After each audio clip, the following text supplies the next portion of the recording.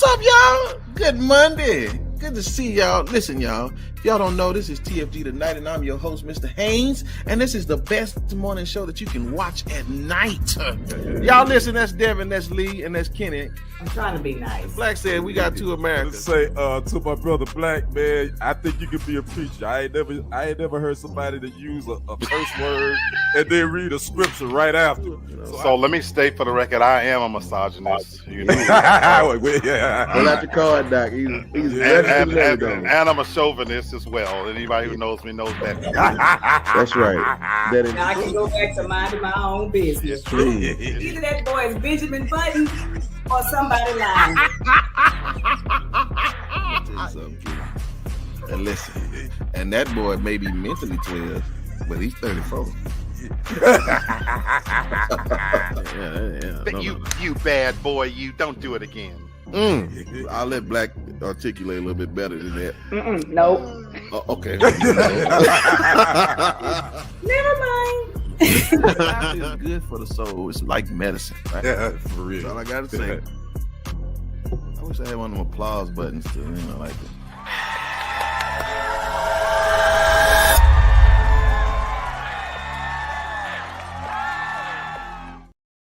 What's up, family, everybody? Hey, all y'all for joining us. Thank y'all so much. It is Friday, and I'm telling you, what a tangle web we have weaved in this country.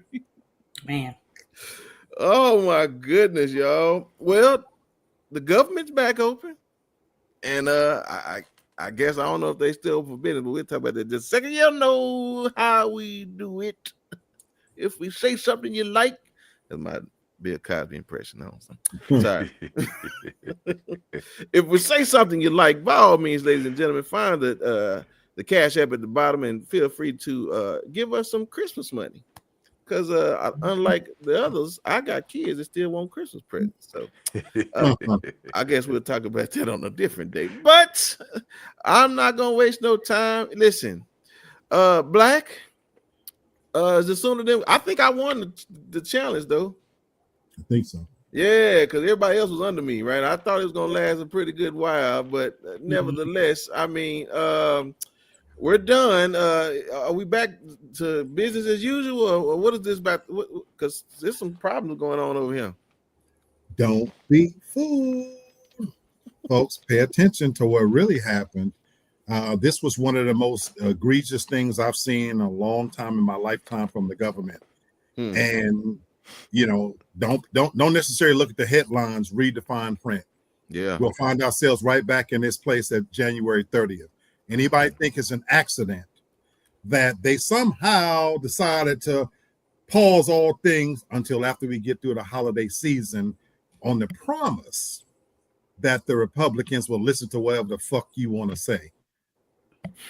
That's exactly it. This is only going to be for about 60 days, and then we're back to, I mean, sister, this is the epitome of literally kicking the can down the street.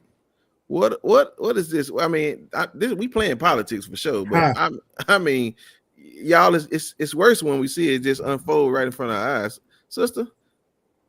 You know what annoys me about people is how easily bought we are. They can say a couple things, promise a check or two, and then everybody's happy. We have like this short-term memory. Like I guess I need to be more empathetic of some of these folks, but it's just really, really hard how naive we are to like what's really happening and how soon we forget. I don't believe none of it. I feel like them food stamps hit though, because I feel like the grocery stores are more crowded now. But yeah. Yes, that HEB down here is looking like Club Dion from back in the 90s. I mean, it's thick. I know them women making them tortillas up there at HEB had to stay over a little later today because Kenny. I saw somebody put up a meme that HEBs are full of Altimas and bonnets. Wow. Well, I said that's so wrong. Well, so Kenny, tell me this: there's been fussing on both sides. Did the Democrats make a good decision here? No. Why not? I don't.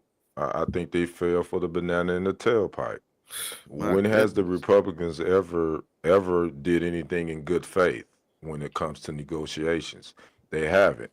And this is why Democrats have to change their playbook up, because the Republicans, they don't budge. They gonna play dirty. They don't care about human people. They don't care about America.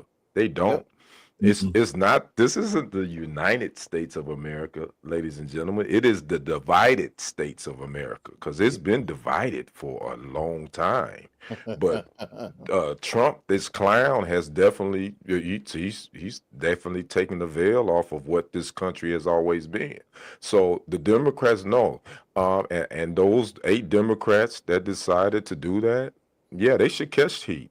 They definitely do. They should catch heat because, again, like Brother Black said, this is just a patch. This is a fix-a-flat. You know, when you got fix-a-flat, you got a flat tire, and you ain't got a spare. You just put a fix-a-flat in there just to get get a new one. This agreement is a fix-a-flat. We're gonna be right back here at the end of January. Man, I'm telling you. Go on, Black. What you got? And I just want to add to what my brother said, because that was the best thing, the best point in this subject for me, is because you lost on a couple of fronts. What was the point of standing on business as they said ultimately you was going to cave? Because in reality, you had him backed in a corner. Man, had you literally held the line, the tide was beginning to turn, because in real time, we, the people, were starting to feel the effects of your decisions. But those 8 turncoats literally show the divide that the Democratic Party has in it. If I'm honestly, it's time to fracture the so-called Democratic Party.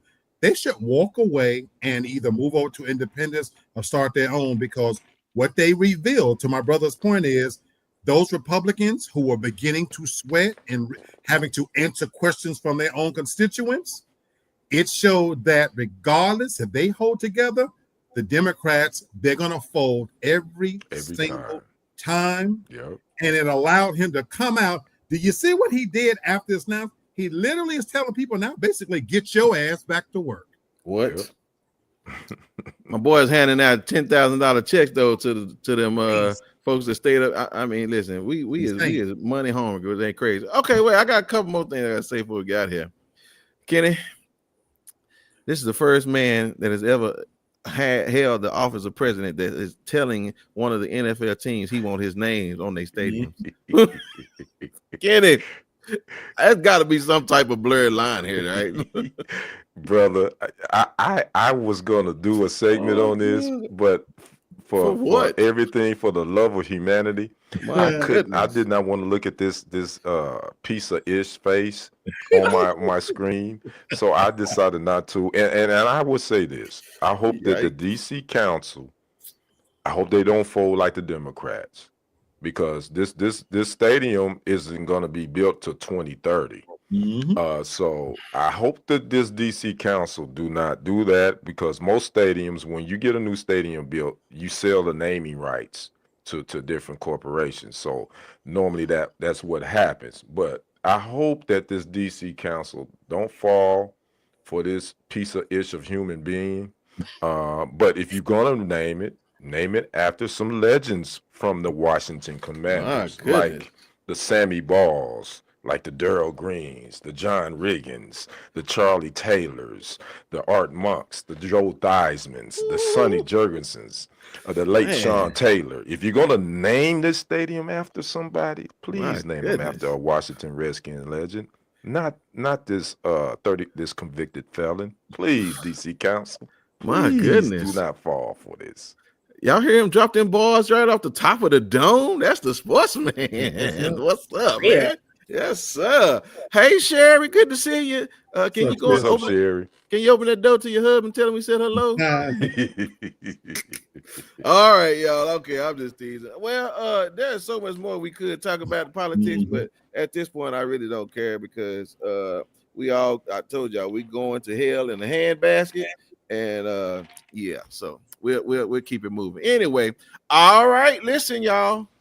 We got a follow-up. We ain't had a follow-up in a minute, but, I felt the need to kind of shake my little tail feather because we did a segment here before, right, about old reboots and what we thought what kind of reboot would happen. Well, I guess I got an honorable mention today because apparently they are bringing back A Different World. Mm-hmm. Yeah, and I said, well, yeah, that makes sense. Somebody's watching my show, so that y'all hear me. To your point, Black, because you asked, are we watching? And I thought about it after I saw what they finna do. I want to ask you first before I answer the question. Are you gonna watch it? Right. I'm gonna watch because I'm a TV guy. I'm gonna watch because I'm a TV guy. But I've already, I don't know if you guys have looked at the cast, because they show who the cast is already. So here's what you have to go into it with eyes full open and be aware of. They're going to integrate what we can expect. It's going to the premise is Dwayne and Whitley's daughter. And you can see with some of the characters that they're gonna be nice. Is she gonna be gay? Oh my God, that's what I was thinking. If you look at the fiction, it is clear they're going to integrate. Now, having said that, that is the realistic depiction, unfortunately, or fortunately, depending on how you look at it, of what is really happening at HBCUs is that sexual fluidity, I'm being nice here, is a norm. They're going to normalize it in every way. My only hope is that with Debbie Allen at the helm, that she brings some sense of the old school and traditions to highlight what an HBCU should be and not just fall prey to what's happening there. I hope they bring some honor to it because you have the same writers involved too. That's the struggle for me. But sister, this is what I want to ask you because I think Netflix picked this up. And Netflix done burned us on trying to do some reboots because what they were doing with what's that? Keeping Your Head Up, Good Times. Oh yeah, that was horrible. So I'm a little nervous. I'm with you with Debbie Black, but I'm just still a little nervous. Sister, are you watching number one? And then number two? Okay, well then number one, what? All right, moving right along. Kenny. Hold on, I want to know why you ain't watching. I want to know. I just, I feel like A Different World came out at a time where we just didn't have a lot to see on TV. And we had our shows that we put on a pedestal, that being one of them, Cosby Show being another, for instance. And I truly believe, and I pray I'm wrong, they're going to ruin my shit. They're going to mess up my memory, my good memories of this show. And I feel like they're just going to take like everything I loved about it away. Because at that time, we didn't have social media and things like that. And we didn't truly know what was going on in the background and everything that's happening. Right. And bring 2025 to a different world. I feel like me at my age, I won't relate to it and I'll just get annoyed. And that's the truth because I'll be watching a long ass TikTok is what it's gonna feel like. Oh damn! Yes, because that's okay. I don't want to get in the weeds with all that other stuff, but I will say this: hi Cynthia, how you doing? She liking the video already. Thank you so much. But I will say this because even with the new that second generation of Different World with Jada now, I was still a little iffy. It still had decent stuff because they still let the old guys have a storyline, but not so much for them young. I was like, that shit. Hey, Carl, good. I'm sorry. I know she was wondering if we are gonna make it, but we were coming. I just really like, but Kenny, all right. What you thinking? Because you got Debbie Allen, good. You got Netflix, bad. You got what Devin saying. So I just don't know where I land right now. Yeah, I see all the points of the family, but I'm going to watch because I really do know that Different World holds a very special place for me. I think for all of us that sit here on this panel, but I want to see what are they going to be able to do to keep us interested and keep the storyline going. I think the biggest thing is the storylines. With Whitley and Dwayne and their daughter going there, and will there be other storylines from some of the other characters where they have a place in this show. So I do see that, but I also see the concerns that Brother Black brought up. I also see the concerns that Lady D brought up. Is it going to be so far to the TikTok generation where it's going to be like, yo, this is whack. You know what I'm saying? Yeah, missing me. So I definitely want to watch. I definitely want to support, but I definitely will check out if it's like straight garbage. And that's the thing, bro, because again, you got to know who you're writing to, because those kids ain't watching that.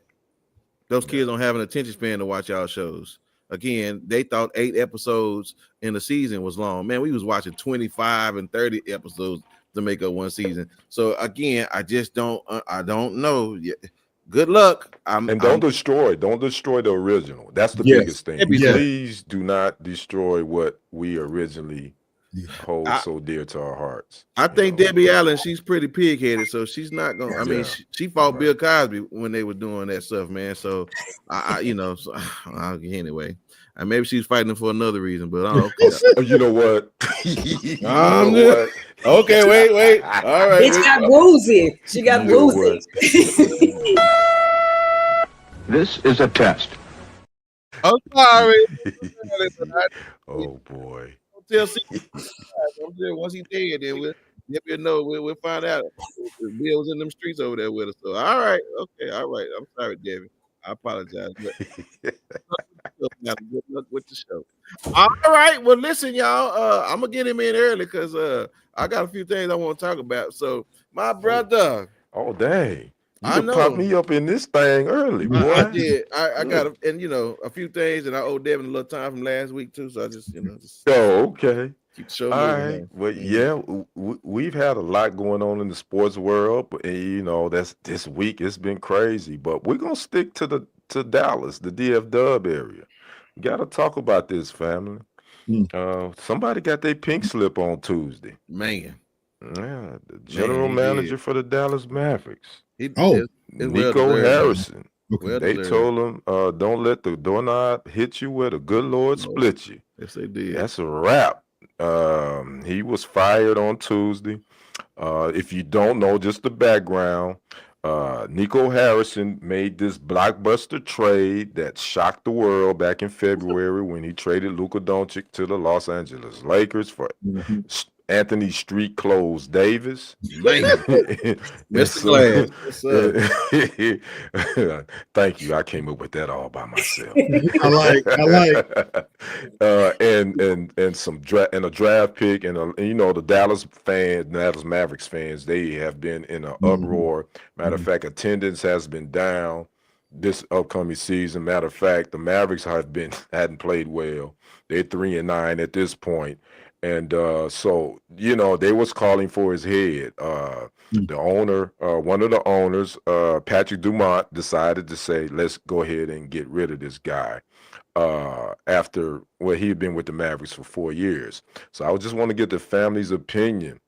This Luka Doncic trade it caused a big uproar in the league, and now Nico Harrison finally he got the boot after 9 months of this. Brenton, was this long overdue? Are you shocked? See, I think this is a perfect storm, if I'm being honest. And the reason why I say it's a perfect storm because I see what he was trying to do, but that's you number one, you the wrong color, and you don't have enough money, and your name ain't Jerry Jones, so you can't make those type of moves. I understand, and again, if all things were perfect, Kyrie don't get hurt, Klay Thompson still can shoot the jumper, and Anthony Davis is going to be as healthy as Luka, I hear you. But none of those things are true. And because of that, that's why. So again, he is the first person since Jimmy Johnson to get rid of your star player. And I mean, Jimmy got a castle. You got a double wide. I don't even know if it's a single wide. So again, I don't like, bruh, he gonna be on the ESPN 30 for 30 for sure for that one. Because again, especially if Luka win the championship in Los Angeles, brother, they coming to your house, boy. Because I'm trying to think of the last superstar that a team didn't put up with. I mean, even John Morant is showing out over there in Oklahoma. I mean, in Memphis, Memphis, yeah, and he's they're not probably even on his way out too, though. But that's what I'm saying. But man, my goodness, bro, Luka didn't even get a traffic ticket.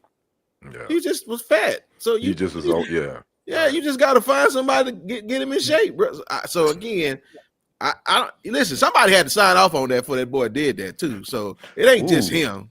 Perfect. Okay. Perfect segue, brother Brenton, to go to my good brother Lee Black. Okay. Patrick DeMont, who's one of the owners, he approved of Nico Harrison's decision to trade Luka Doncic.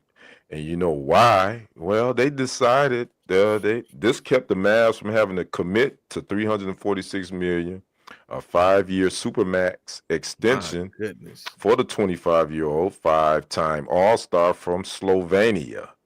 So, brother Black, is Nico Harrison the scapegoat? Yes, Absolutely. sir. Absolutely. Yes, sir. And brother Brendan, and you nailed it. Look, somebody has to bear the brunt. When you make a big swing and you swing it for the yards, for the fences, you know, you laid out, Brenton, that, you know, under different circumstances, if Kyrie is healthy, if Street Clothes Anthony is healthy, and Cooper Flagg really was that dude, because we forget him now, they got the number 1 pick, right, and brought in the great white hope. And I admittedly, I could look at this dude and tell he wasn't the one, but okay, you know, they're so starved to have the next Larry Bird that once again, you put in all your chips. So somebody has to pay the piper. He's absolutely the scapegoat. Okay. Lady D, you're a Dallas sports fan. We know how you feel about them Cowboys, and you're a Mavs fan. What's your feelings on them deciding telling Nico Harrison to get up out of here? You done messed us up for a while, and they losing money. Let me say this: attendance has been down. Tickets looking good. Them tickets looking real good now. I might take my son to one. Y'all know this was all about like money. But I'm literally on the highway recently, and I'm passing people with license plates that say "Fire Nico." Like these people were hot as fish grease over this, and they needed to blame somebody. And although I don't think it was really his decision, because he ain't done all this without consulting with Mark and other owners or whatever. But they're not going to own that. And as the coach, they know that it all has to fall back on them. Like even with Jimmy, like, you know, it's like any job. Like there's one person that's always going to have to take the fall for like a team decision. And I think that's all that was. Like the money they lost wasn't worth, you know, continuing this game. And I mean, and y'all know I'm a Dallas Mavericks fan, but Luka was a fat ass, and you know what I'm saying. He got it together. You know what I'm saying. He stopped eating Oreos. He started running, like. So I mean, he did do good. I mean, I don't think he'll ever come back, but it'd be nice. But I just feel like people got so mad, they stopped going to the games, they stopped buying merchandise.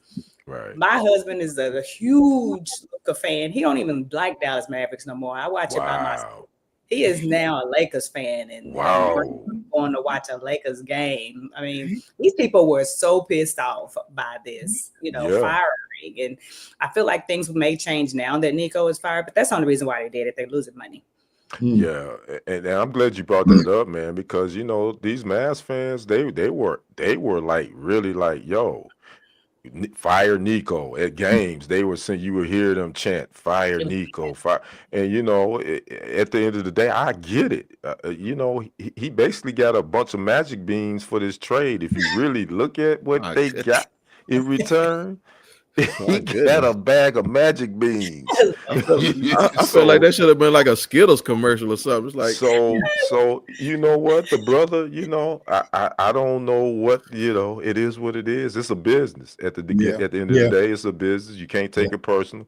He made a bad move. It was a bad move to trade a 25-year-old 5-time All-Star that took your team to the Western Conference, well, hell, to the NBA Finals because you said that he had problems with his weight. Are you serious? When is the last time somebody got traded like that, Kenny? It should have been got rid of Zion Williamson. But I'm saying they didn't. I don't think it's. I'm trying to think. I don't think Shaq that has ever been a star traded like in his prime like this. Shaq. In NBA, not in his prime. Not in his prime, and he wasn't traded. Shaq wasn't traded. he signed a free agent deal. He was up with the Lakers. He wasn't traded. Yeah. So he was free to leave. There's so nobody. I can't think of nobody. That's crazy. So there you have it. So that's been a thing. I think, the Dallas sports market has been dealing with what happened with the Cowboys. Then you had this with the Mavs. So it's been a lot going on. So I just wanted to get you guys' take on that. But let's get down to what we really want to talk about, this damn TFG tonight, pick 3. NFL pick 3. I got to give a shout out to the host. Mr. Brenton Haynes. He went 3-0 last week. Thank you, sir. Shout out to Brenton Haynes. Go with your first mind. Here's the games. Yeah. The sun shines on a dog ass every now and then. Hey, don't make me show you. Here was the games from last week. We had the Jaguars at the Texans. We had the Rams at the 49ers, at the Eagles, at the Packers. Brenton got all 3 of those games right. I will say, I don't know how the Eagles won that game. That was ridiculous. Who you talking to? I turned it off. I said, God. Even Houston. I was like, Houston, what y'all doing, man? Who you talking to? You already know I was in my feelings in here cussing and drinking, throwing shit. You already know how I was feeling. I said I shouldn't have picked the Jaguars. I said I should have picked the Jaguars. Here Houston. I said, well, yeah, all right, I'll take it. Yeah, so Brenton went 3-0. He got all games right. Lady D went 2-1. She got the Texans. She missed with the 49ers, who the Rams, I think, is the best team in the league, in my opinion, right now. And she called the Eagles over my Packers. Lady D. I was gonna get you a Christmas gift too. I'm sorry, Carol. My bad. Brother Black, he went 1-2. He missed on the Jags. He missed on the Niners, but he called the Eagles over my Packers. So I'm going to get him a bag of coal for his Christmas gift since he went against my Packers. Man. And I went 2-1. I called the Texans. I called the Rams. Obviously, y'all know I called the Packers. And we lost. Sir. So there you have it. So now overall ranking is Brenton is 17-12-1. There we go. Devin is 18-9. That's she cheating. Brother Black, he done fell below 500. He's 14-15-1. And the sports guy is still holding number 1 down. I'm 26-1. Nice. So y'all got to come on. 26-1. I'm 20 wins, 6 losses, and 1 tie. I'm finna say, wait a minute, player. You over there pencil whipping us, ain't you? No, man. No, ain't no need to pencil whip over here. We ain't playing dominoes. We got you. I heard you. 26-1. So now let's get down to our week 11. Believe it or not, we only got 6 weeks left in the NFL season. We're week 11. Get down to our pick 3. All right, first game. We got 2 teams in the NFC West that are looking for first place. Seahawks 7-2 at the LA Rams 7-2. In my opinion, the Rams is the best team in the league. All right, Brother Brenton, who you got? Man, that's good. Man, you picking some good games, dude. You must know sports. They playing in Los Angeles? Yeah, they in LA. Yeah. Man, Sam Darnold throwing that ball though, man. Yeah. I gotta go with the Rams though. Going to Rams. Lady D, who you got? Rams. Got the Rams. Brother Black, who you got? I want to pick the Seahawks, but I'm going to go with the Rams. You go with the Rams. Don't be turncoating now. Hey, you know what? We got the Lee Black rule. You know you can change your pick before 12 p.m. Central Standard Time on Sunday. Right. I'm sending a direct message to Kenny. Yeah. Hey, not that last pick, boss. I'm kind of like, man, I think this game is going to be tough, but I'm going with the Rams too. Yeah, I'm going with the Rams on that as well. All right, then we got the Kansas City Chiefs, 5-4. The Darlings, they fighting for their life in the AFC West at the Broncos at 8-2. If the Chiefs lose this game, most likely they're not going to win the AFC West. Chiefs 5-4 at the Broncos 8-2. Brother Brenton, who you got? Man, you do not bet off. You don't bet against Pat. Because them Broncos ain't got no offense. And I don't know how in the world they put up all them points against the Cowboys, but I do know. But I think the Chiefs defense a little bit better. So they got a better quarterback. So I don't think the Broncos gonna beat them. So you going with the Chiefs? Yeah. Lady D, who you got? Broncos. You going to Broncos? Okay. I'm tempted, Lady D, but I'm with Brenton on this one. I think they figured out Denver, and I can't go against Patty. I'm going to Chiefs. You can't go against Patty. I'm going with Lady D. Good. I picked the Broncos. That is my sleeper pick in the AFC. I think they're gonna beat the Chiefs, and I think the Broncos offense is a little pedestrian, but I think that defense is gonna give Pat some problems. It's too many weapons, man. It's too many weapons. I'm going with the Broncos. I'm going for the desperation. He can't. Yeah, you are desperate right now, brother Lee. Yeah. Good dog, bro. But anyway, yeah, I don't know. All right, our last game. Our last game, and this probably is going to be a little bit more sentimental because this will be the first time the Cowboys have played since the loss, the tragic loss of Marshawn Kneeland. This is the Monday night game. Cowboys 3-5-1 at the Las Vegas Raiders 2-7. There's a lot of history between these teams, but that is neither here nor there. This is the Monday night game. Brendan, who you got? Did they fire what's his name? Who? The head coach of the Raiders. No, Pete Carroll ain't fired. Oh, good. Well, they're gonna lose then. Who? The Raiders. Oh, so you going with the Cowboys? Oh yeah, the Raiders. The Raiders suck. Okay. Not because of you. I'm going because of Gino. Who you got, Lady D? Cowboys. All right, it's off the bye now. Yeah, it's off the bye. All right, bro. Same Cowboys. They're gonna play inspired this game. Do you think they're gonna play inspired? Yeah. You know where you going. I'm gonna be the contrarian. Wow. I think it's gonna be the Raiders. I need to catch up. Thank you. That I need to catch up. I need to catch up. I think it's gonna be the Raiders. So that's the Monday night game, and that's gonna be one a lot of people gonna watch. Like I said, considering what the Cowboys have dealt with the last 10 days. So again, that's my sports segment. Yes, sir. Brother Brenton. Man, good job, man. Listen, y'all. I'm going for 2 in a row. I'm gonna win 2 times. I'm gonna be a 2-time champion up in this piece. All right. So listen, y'all. None of us are over the age of 50. No, you two are. Way over. Yeah, Oh yeah, me and I'm sorry, me and but my me and brother, Devin. we mid-50s, looking at 60. Right, I'm late 50s. I'm sorry. Right. So y'all have gone through quite a bit in y'all life. Now me and Devin, we circling around it. We know damn well Black have. I don't know about you. Listen. So I got a question then, Lee Black. My goodness. If you were a house payment, good Lord. I said, this is what your president thinking about doing. I said, this boy ain't never seen no house payment ever in his life. He have never made a house payment. So this man had the nerve to be on Fox News and say, what's 40, 50 years? What's the difference? Food, that's 15 and 30. There's no such thing as a 40-year mortgage. Lee Black, I even thought, when he first came out, I said, oh, wow. I said, that'll make our payments go down. I said, well, but then you start thinking about the math. I said, no, they're not. The bank's not going to give us that. Lee Black, why is a 50-year mortgage a problem? Well, I don't know if you followed it since it was made, that the person who, I forget his name, who propagated this idea to him, they get ready to get rid of him now.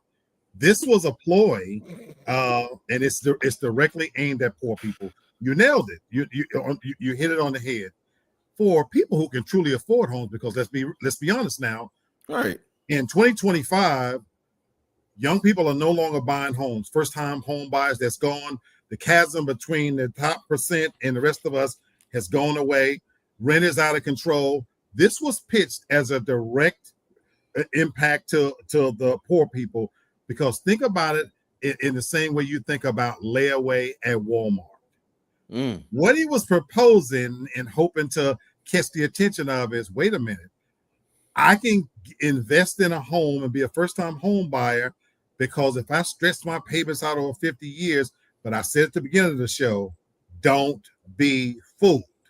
First of all, it's not going to fly, but even if some kind of way can try to make it happen, don't be fooled. Who in their right fucking mind will put themselves on a hook for payments over a lifetime? You're setting yourself up for your kids, grandkids to be paying for that goddamn home. Man, my goodness, dude. I mean, Devin, I know you don't have no mortgage either. So again, for those of us that really struggle to just, and again, side note, there's a study that just came out. 1 out of 3 or 4 people are living paycheck to paycheck right now. Yep. Again, sister, just it's higher because a lot of people don't report, and over 15 million people never went back to work after the pandemic. Yeah, those are just reported numbers. Yeah, sister, are you encouraging your friends and family to take out a 50-year mortgage? Absolutely not. And I don't have a mortgage, but my husband does. But hold on. I'm sick of that. I don't need. I'm telling you, boy. I tell you. I mean, anyway, all right, madam. All right, madam. The only way I would do that is if I was in like a generational home, like just a big ass, huge home that I could move in, like my kids and their families and my mom, and that way, what I'm saying, if something happened to me, they can just continue paying it. That's the only way I would do that, is if it was a generational home. But just me, that would be stupid, because I would never not owe them money. And I know I'm stubborn. I would just be old and put out, because at some point in my life, I would be like, yes, I'm paying this shit, and then I'd be homeless. So I know I couldn't do it. I'd have to have responsible living with me to take over at some point. You know what? Let me just pause for just a second. I got a newfound respect for you. I gotta give it up for you. You a pimp. Well, I've been saying that. I hope he's not watching, because you're a pimp. I've been saying that. My dog. I mean, that's my dog. In my defense, can I say something in my defense? You can say whatever you want to. Say something in my defense. My name is not on this home, so for me to say literally that I'm making payments because I contribute. But if he ever said I was paying the mortgage, that would be a problem, because if we broke up, I'd want to burn this motherfucker down. So it's best that I not make payments on it and contribute to it, because if I leave it, it's somehow coming with me in a box of ashes. I don't give a shit. But ain't nobody finna reap the benefits of my shit. Put me on the deed, we can talk about it. I got Lee Black. You normally did, but no. He ain't watching. I'm gonna tell you, man. Bravo, player. In sports vernacular, touchdown. What? I bow to your greatness. Touchdown. And I bet not find a hoe that's making payments on somebody else's mortgage. Don't be no dumbass. And if you are, when you leave, I want you to scrape all the paint off that bitch. I want you to make enough damage where everything you paid, that's how much it's gonna cost to fix that shit when you leave. Ladies, don't listen. Don't listen to that pimping. Folks said you get that nasty bitch and you take half. This a whole. You know what? This a whole nother show. I'm telling you, after what you drinking tonight, man? Because there's got to be some pimp. I just started. I'm really just sipping, but it's just a little peach crown. I hadn't really started yet. Oh, good God Almighty! Pimp juice. And you know, when black folks drink some Crown, you already know it's going to be some ish. That's right. You already okay. know. Well, back to us poor folks over here paying these mortgages and everything. Kenny, I mean, I'm just saying, everybody can't be Devin, but for those that are not, sir, would you like to speak on behalf of the rest of us that's just trying to pay our mortgage? Man, listen, when I read this, I was like, you got to be freaking kidding me. Who would even think about doing something like that at all? A 50-year mortgage? I mean, you basically signed your life away. You know, why would you even do that? And for that clown to put this out there like that, I think it's doing a disservice to the American people. And hopefully, but you know, the unfortunate thing about this, if this comes across, there's going to be some people that sign up for this. No, it can't. And that's the unfortunate thing. They've already shot it down. Yeah. Oh, they've already shot it down. And they'll have to put a cap on it. Like you have to be 30 or below or something, because they know you're going to die. Well, so it's already been shot down. Yeah, that's my whole this story. And some guy who proposed to him, they're angry with him now. he ran with it and ended up blurting it out, but it's so fiscally irresponsible. You truly couldn't get a bank to underwrite. Okay. No, and that makes sense to me. I get that. Yeah. There's actually a bill that's been passed. I can't think of which president, but it forbids you to even have a mortgage that's over 30 years. So it's like, well, good. I don't even know if it's FDR or somebody. Somebody passed. But with the MAGA that they're thinking, and with this dude, how he do stuff, yes, somehow they're gonna believe it, and somehow they will figure out a way. You know what I'm saying? So I'm like, he's putting this stuff out there in the atmosphere, just like these $2,000 checks. I hope y'all, please don't fall for that okie doke. Please don't. People are going to do it. They're going to do it, and they're going to be like telling their kids, when I'm dead and gone, y'all decide who's going to move in and take over. They're going to do it because if that's the only way you can afford to buy a home, and people think that's the dream, the American dream is to own a home. When I'm telling you, it's really not, because it costs so much to maintain a home and things are bad. But people feel like that's the American dream, so they'll do it. But the only people I can see doing it is the Mexicans, and it ain't no throwing no shade, but they all normally live in the same house for a long period. No, you know what? You're right though. That's not being. Hopefully, our Mexican brothers and sisters don't take this the wrong way, but I could see them doing that. Right. Because they have homes now that stay within their family for generations and generations. Not even just in the States, in Mexico as well. So it makes sense for like them. Yeah, for generational wealth, I can see that, but thank you, Carol. I appreciate y'all understanding where I'm coming from. I'm not being funny because that's what even. But again, they build their own home, so they don't need no more. But they know things are unattainable. People can't afford anything. I think now they have car notes of 5 and 7 years. You still paying on a goddamn car. It don't even run no more. They got 10 years. It's insane to me. You don't even drive a car for that long. Man. So you having to trade it in to get a new one. Yes. What you say, Sherry? She said, I'm so glad the 2 houses I sold and got my off is a blessing right now. I know that's good. That's good. That's it. So do you share that money with your okay, let's move on to the next show. No. Stop it. She let him eat. She feed. Stop it. Brittany being messy. Stop. I listen. Devin, Sherry. I mean, just the pimp show. That's what y'all doing, man. Y'all over here doing this thing. I hear y'all. Okay, anyway. Well, speaking of pimps, ma'am, is the pimp getting in anybody's business this week? That dirty community dick Kevin Gates was recently on social media with some young girl.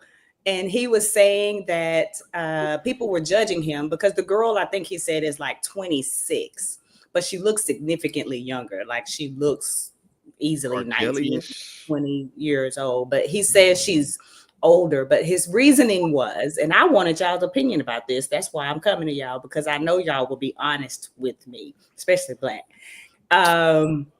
He says no man wants a washed up old ass woman, and every man wants a young girl. Actually, with her sitting beside him, everybody want a young hoe. I want no old hoe. He was just so degrading, just so disrespectful, and she just sitting there smiling like a dumbass. So what I'm going to ask you fellas is it true that y'all are at some point no longer attracted to women your own age?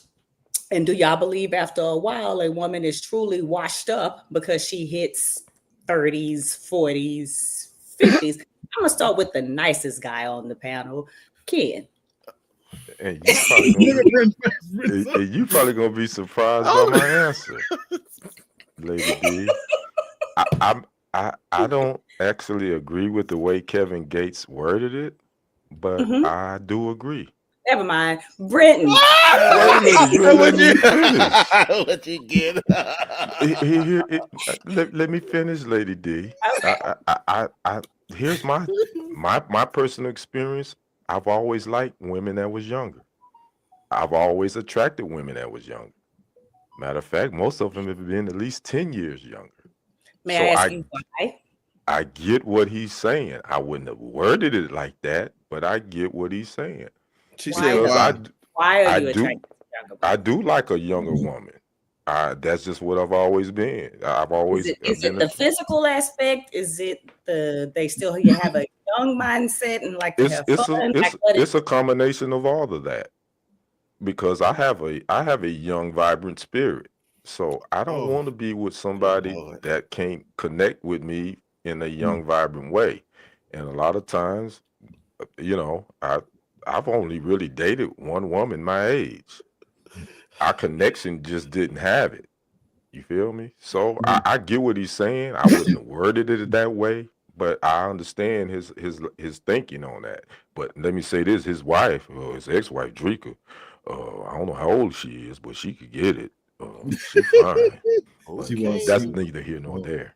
Please. I think she'll be for it. I think she'll. Brenton, what's your opinion? Well, as the second nicest dude on the show, apparently. Hold on now. Hold on.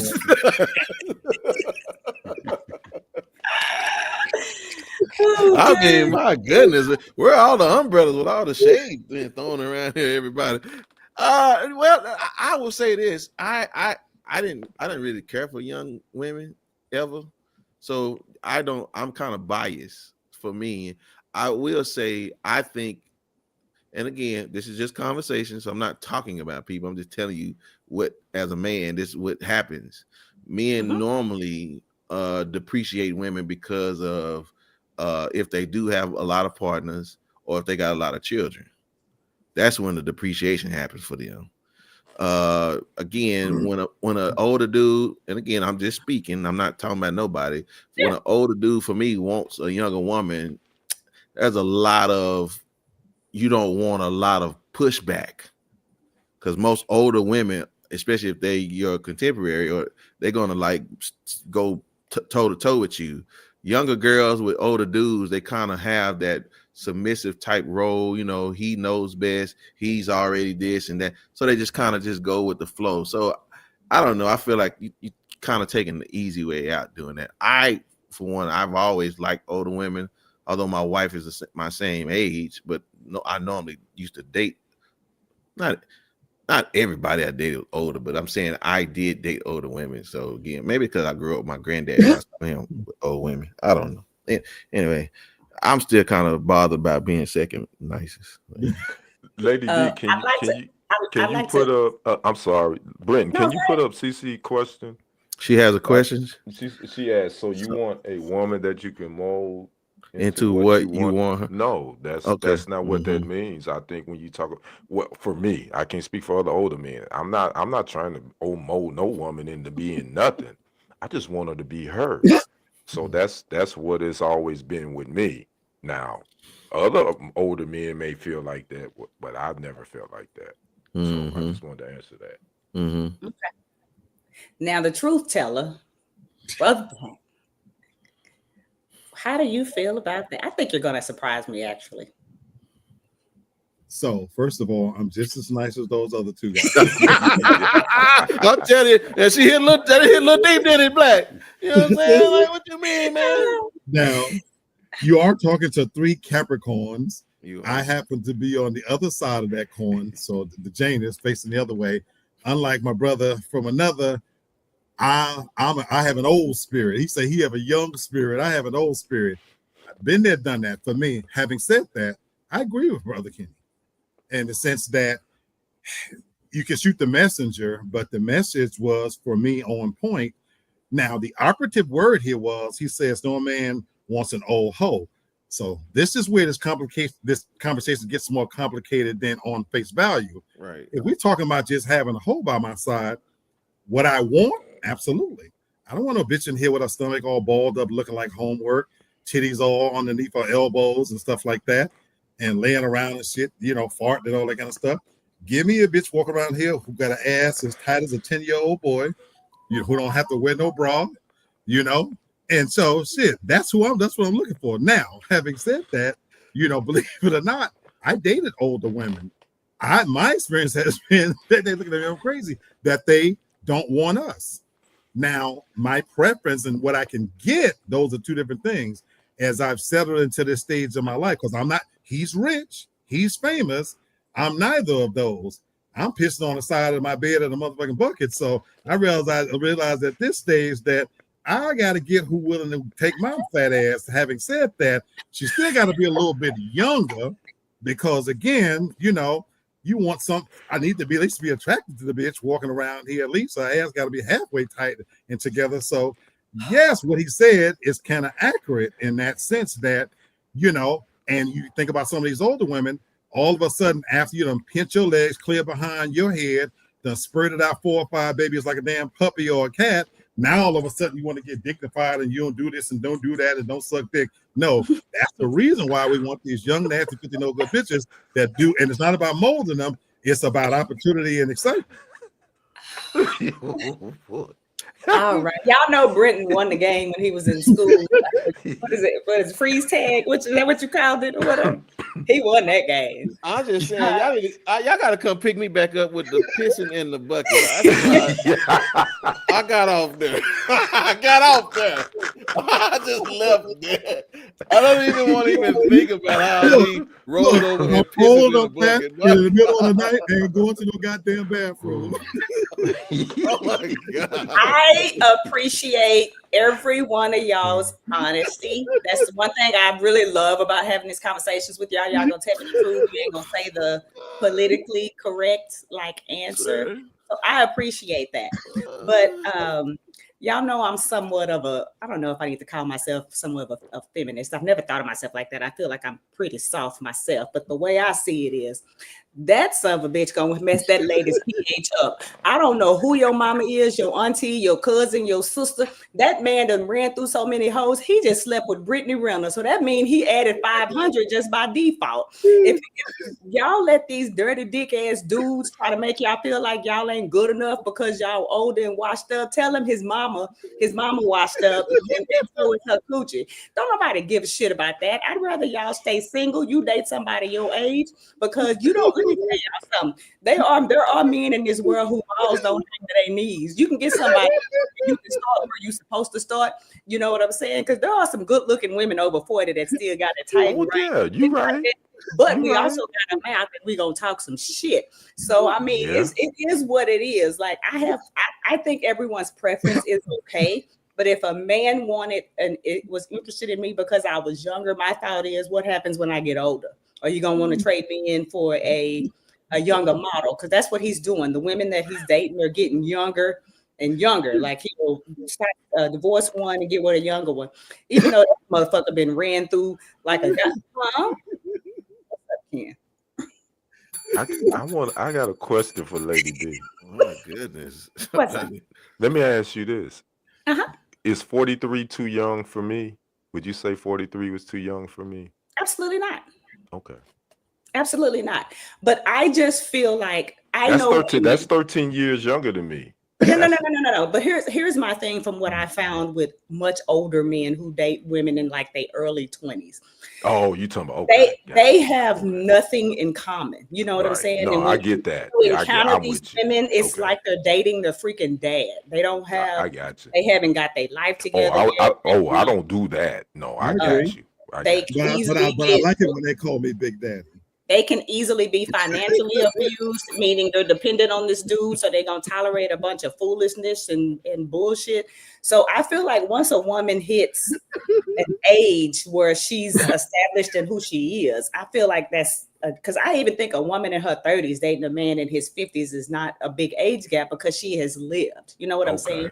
Okay. But for a man to be as the community dick that he is, trying to judge somebody for being ran through, it just perplexes me. I am not joking. Now, if he was a pastor or Devon Franklin and was saying he don't want a woman that's washed up and ran through, I get it. You a pastor, you gonna stick to that lie that you ain't been with a lot of people at the congregation. But his ass, he gonna mess up your pH. All your shit gonna be messed up. You ain't gonna be able to be with nobody else because all them bumps and stuff that's on your coochie and your lips. Now I'm in my business. My good. Can we just take a break? This is a test. This is only a test. This has been a test. I mean, don't even come up for air. Just between you and Black and this bucket and 10-year-old booties. I'm like, my God, I feel like I want to go to the priest. And you feel like you need to take a shower, Brother Brent. I mean, you feel dirty. I think I've moved up to the nicest guy now, right? Yeah. He does have a lot of money, so I'm gonna give him that. But for you brokies, there ain't nothing like a woman who can pay the bills if you lose your job. I'll say that. Yeah, that's true. Well, all right. On that note, I hear you. All right. Well, thank you, ma'am. I appreciate it. Oh, and then wait, there's more.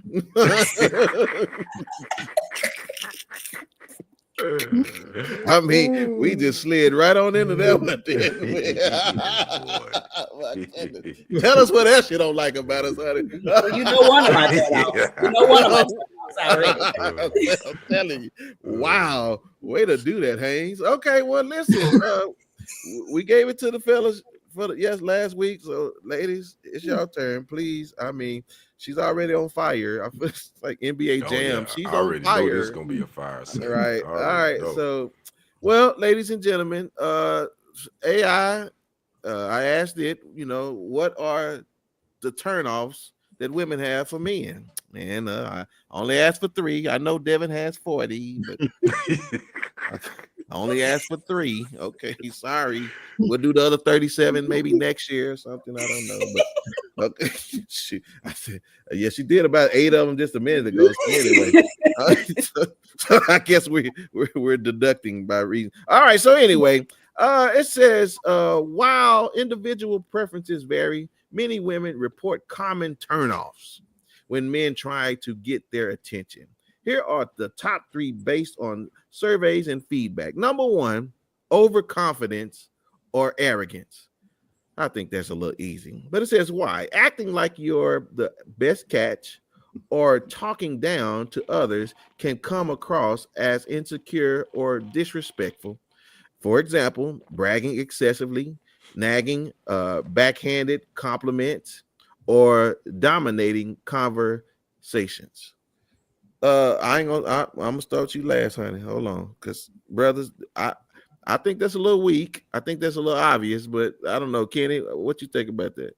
I agree with that. I think in general, I think women don't like dudes that do that stuff is a turn off. You're overconfident, and you arrogant, and you're talking about me the whole conversation, and you trying to give off that you that guy. I'm that dude. So I think women, that is a turn off for women. Okay, but Black, how you feel about this? On one hand, I agree. Okay. Because he used the terms overconfidence and then it talked about arrogance, but I don't know if this is an outlier, and I can't wait to hear what Lady D says. Mm-hmm. My own personal experience has been, believe it or not, the nice guy, Devin, got me pushed to the side and in the friend zone. Mm-hmm. And this is when I was dateable, in my zone. When I was arrogant and overconfident and a flat out asshole, I couldn't keep him away. And that's what was so confusing, is that creating that alter ego was the opening the doors and that nice guy gets called a simp. Whereas the guy that's an asshole and arrogant and this, that, and the other, and I don't even really want to relegate that to just what's happening in the past. Even when I have experienced this now, you can't be the nice guy and all humble and have over. That arrogance works and overconfidence works. But for me, I don't know if that's an outlier. But so I would love to hear what you, Lady D and Sherry, from a women's point of view. But that's what has always worked for me. Okay, because Carol says, "Are you dating me or are you dating yourself?" She says, "You were with the wrong woman, Lee." Okay, all right, sister, go on. What you got? I mean, I could say in my early late teenage, early 20s, I thought it was nobody wanted that nice guy. He was kind of seen as a lame. But I feel like once you hit a certain age and a certain level of maturity, or you're just a certain type of woman with a different mindset, you prefer a nice guy, because the other guy is just gonna stress you out and just bring you a bunch of like just frustration and annoyance. So yes, if someone is way too confident or arrogant or trying to sell himself, I feel like there's something that I'm missing. Like, is your personality and your person not good enough? Why are you selling me all of these things? Or is there nothing else interesting about you? So I got a question in for all y'all, because I do understand overconfidence. I just don't know where the line is drawn at. That's why I said the word, because for me, Lady D, it was never about selling myself. I'm arrogant to a point of, if you cross this threshold, you're gonna suck and fuck. I know this. There's no way out of it. You know, you in my domain. I'm God in here. Right. But I think confidence, though, is like, I would call all of you guys confident. You know what I'm saying? Like, if you walked into a room, if you entered a room, I would say that you're all confident men without even having to like speak. But all of us know that guy that's overconfident and almost arrogant, to where it almost looks clownish. It comes across as kind of clownish. And so then the women tend to migrate away from him just for the guy that's confident, that's just kind of sitting in his space and kind of doing his own thing. Thank you for that clarification. Thank you. Okay, well, y'all clarify this one, because I don't understand, Carol. Why is that? Why did y'all want? What is it? Because y'all saw it on TV or what? Yeah, because we thought he was cool. We thought that he was a challenge. We thought that we kind of won something if we were the one that was chosen by the bad guy, because so many women want the bad guy. And it's something like a dude that can knock a fucker out if he, you know what I'm saying, if he's protected. I'm just being honest. There was just something about that bad guy, that dude. I remember it shouldn't have happened, being in high school and having classmates and friends get dropped off by the old dudes that was the D-boys in the town. You know what I'm saying? That type of thing. And those particular women would never date those guys today. I would never date. I was getting dropped off at work and getting picked up with no gas in my car. I would never do that shit today. That dude couldn't even say hi to me at the gas station. You know what I'm saying? But when you're young, you just don't know any better. So then, is it the protection piece for y'all? Because I know that's kind of top 3 for y'all, that you want a man that's a protector. So is that kind of what that? It's not even a protection piece. You know how y'all like eye candy and you like to have something on your arm to brag about and feel like you won and you outdid other dudes, because that's just how a lot of men are. Okay. We were like that at one time as well. We got this dude, and that's why women would be fighting and carrying on about that dude that ain't shit, because you feel like that's your prize, that's your man, that's who you want, because all the hoes want him. You know what I'm saying? But then you get to a certain age and a point in your life where you're like, y'all can have him. I ain't got it. Right. Okay. All right. Cool. Okay. Well, this is getting a little bit more interesting than I thought it would. Number 2, it says lack of genuine interest. I don't know what this means, so we'll figure it out. It says, why women often notice when a man isn't truly listening or is just waiting for his turn to talk. Well, that's kind of like the arrogant guy, right? I mean, okay, I don't know. It says, for example, interrupting, not asking questions, or only talking about yourself. Yeah, I think that's the same thing. It kind of follows the same category as the first one. Yeah, that falls. But okay, Black. So when you hear lack of genuine interest, I view it differently. Me too. Family. I view it differently, family. It is connected, but I think about the ability to have a conversation in this instance. You know, I think we've lost something, and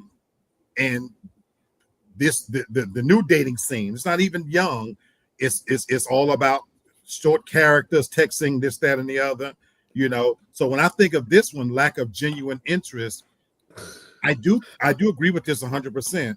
I think any woman wants to know you're interested in her, that you hear her. You know, I don't think that will ever go out of style.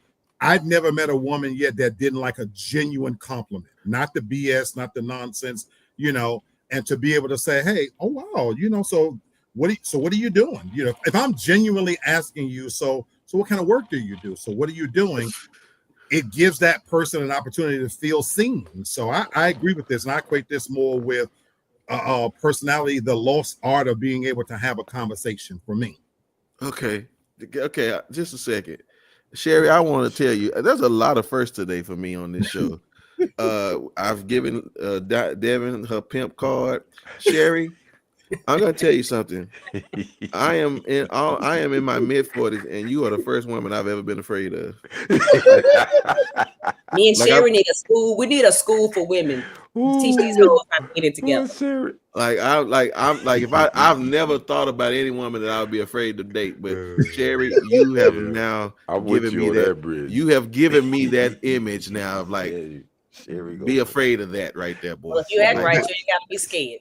That's my sister, and you might think I'm joking. She's not playing. I know, and it irks me to my heart because she has beaten her boyfriends, my God, and it makes no sense. And I don't respect the guys. No. She's. Do y'all remember that girl that sat underneath? Anyway, no, I love her, and I love my family. You couldn't pay me to be with them. My God. Okay, let me get. I just want you to know, Sherry, I have now found that person. Now you are her. All right, she is her. Okay, so but again, Kenny, the genuine interest thing, like for me, I would think it's the opposite of what we were talking about, playing hard to get right with the women. Mm-hmm. So I don't know. Is that not the same for us? When we're not showing the interest genuinely? I don't know. I could see this, but I think for men, and I think Lady D, she talked about this. The eye candy, we physical. So if we're not physically into you anyway, we're not putting up going to much. be any interest in having a conversation with you anyway. So the turn off for you, you might be attracted to him, and he ain't attracted to you.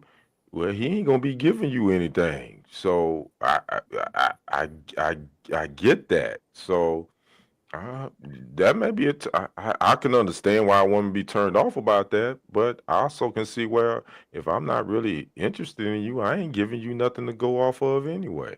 Yeah. Okay, sister, well, articulate this for me. What is this? I mean, as a single person, I called myself a serial dater.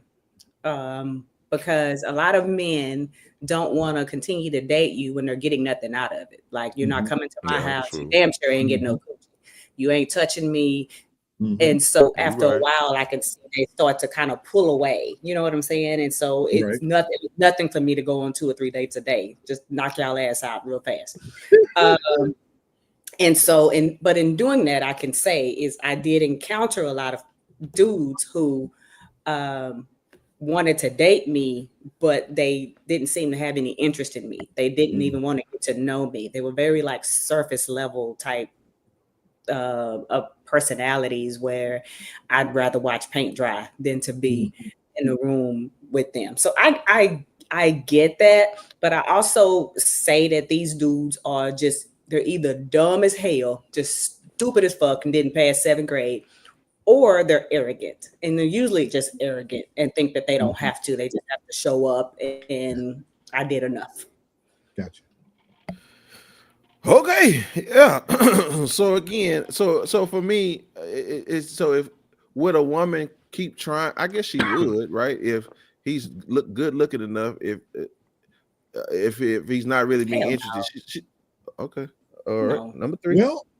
Well, for me again, the interest is for what has always worked for me. I've never been in the group that I ran with the best looking guy, wasn't the most athletic, this, that, and the other, but my conversation was there. And I've even felt Kramer from Seinfeld, ass backwards and pussy I shouldn't have got, because I was interested in the woman. You know, it started out where she wasn't even looking at me, but the interest is what led to, I think I will give him some pussy. So I've always been on a great receiving end of that. Okay. All right. Well, number 3 says being overly aggressive or pushy. It says, why is this? Persistence can quickly cross into discomfort if boundaries aren't respected.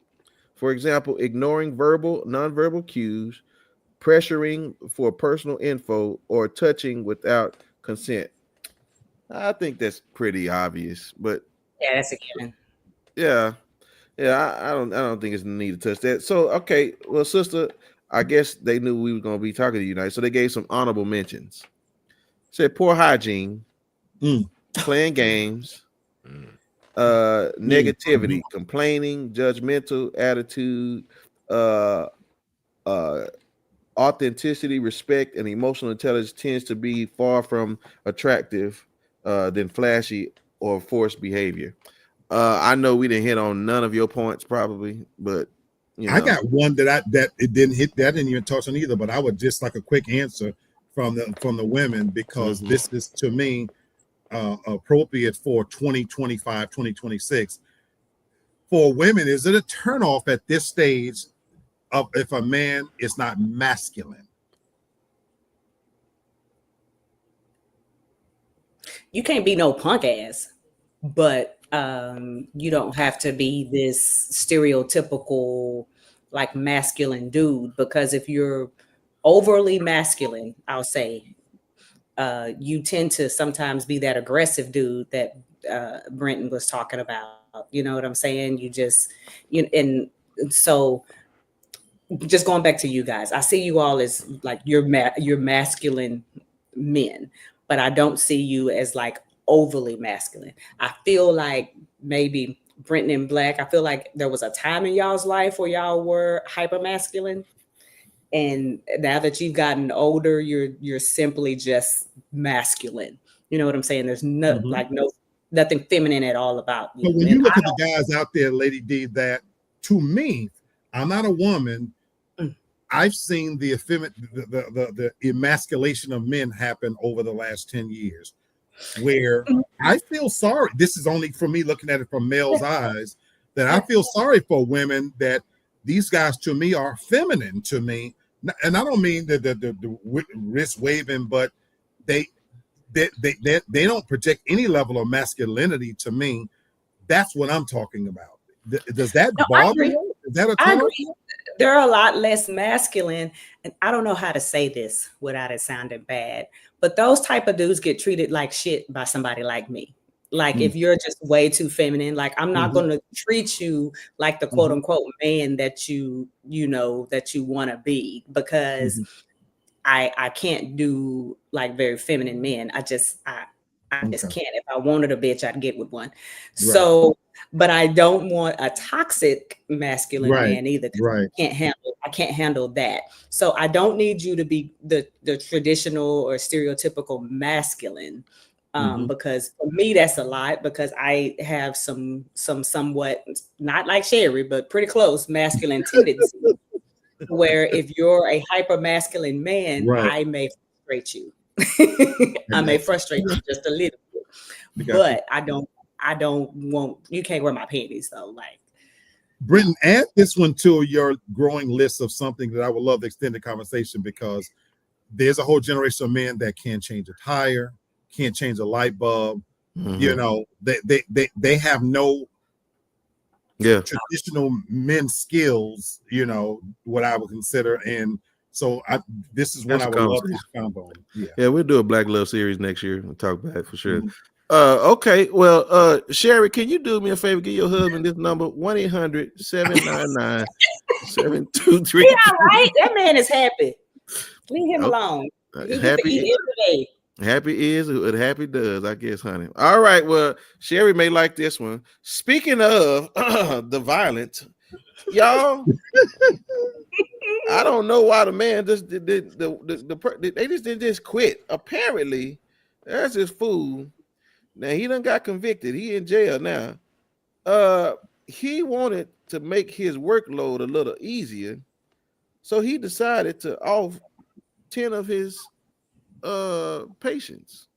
Whoa. I don't know if you'll call them patients. What would you call them? His consumers. So he works in, I guess, healthcare. He's dealing with, I guess, disabled people, and so he decided to like take some folks out of here so that he can lighten up his workload. I don't know why you just didn't quit, bro. Why you had to do that, man? I mean, y'all have any suggestions for somebody that don't want to. I mean, you definitely ain't going to work tomorrow, and for a few more years. That. But sister, what advice could you give somebody that won't put them in jail? I think that's just straight mental illness. Because I know in my field, there's like multiple nurses and doctors that have gone to jail for like maliciously taking people out or like intentionally neglecting people until they die, putting poison in IV bags. Just people are crazy, y'all. Some people are just crazy. Yeah, man. I mean, Black, you got any advice for somebody that? I don't. I agree with Lady D on this one. Collectively, it's kind of like we talked about a little bit last week. You know, the young man who tragically took his own life. There's more people walking around that's not truly sane than we ever really want to admit. You know, it just looks different. You know, and we see things like this that happen in our lifetime that I just don't understand. Yeah. So he was a nurse and he killed 10 patients just to lighten his workload. Man, listen, I knew, Kenny, when I did 1 year of substitute teaching. I did 1 year. And I knew, listen, I can say this now because the kid grown now. I knew this kid had called himself finna throw some drumsticks at me. Just know if he played at church Sunday, he ain't had no more drumsticks left. None. I broke them all. I broke them all. So again, I know my limitations, and I don't know why. I know that money good, but my goodness, bro, that's I don't know what you got.